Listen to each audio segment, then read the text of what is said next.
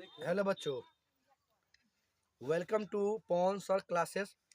आज आप लोगों के लाया हूँ संसाधन वर्गीकरण के प्रमुख आधार पर संसाधन को कितने भागों में बांटा गया है या कितने वर्गों में बांटा गया है।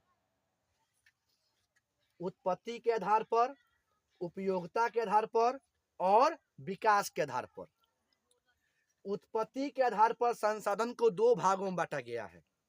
पहला है जैव संसाधन और अजैव संसाधन। दूसरा में है उपयोगिता के आधार पर।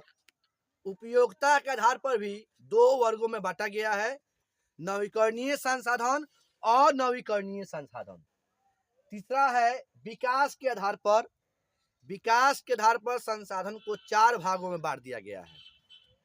पहला नंबर है संभावित संसाधन, विकसित संसाधन, भंडारित संसाधन और संचित संसाधन।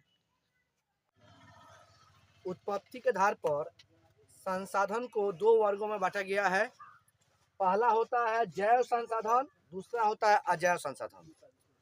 जैव संसाधन किसे कहते हैं?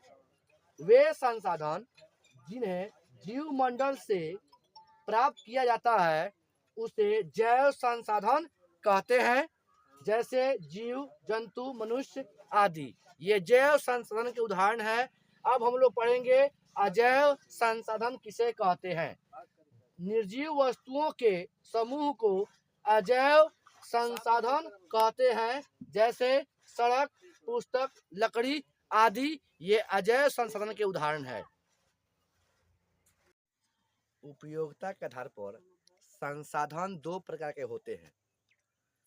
कौन कौन? तो एक होता है नवीकरणीय संसाधन, दूसरा होता है अनवीकरणीय संसाधन। नवीकरणीय संसाधन किसे कहते हैं? वैसा संसाधन जिन्हें भौतिक, रासायनिक प्रक्रिया द्वारा नवीकृत या पुनः प्राप्त किया जा सकता है उसे नवीकरणीय संसाधन कहते हैं या नवीकरणीय संसाधन कहलाता है, जैसे सौर ऊर्जा, पवन ऊर्जा, जल आदि। ये सब नवीकरणीय संसाधन है। दूसरा है अनवीकरणीय संसाधन किसे कहते हैं?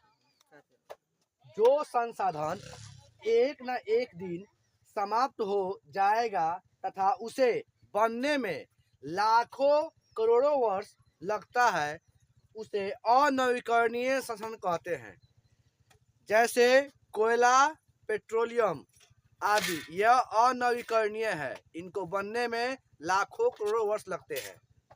वीडियो को लाइक और चैनल को सब्सक्राइब कीजिए। अगर इसमें कोई भी त्रुटि हो तो आप कमेंट कीजिए। Thank you.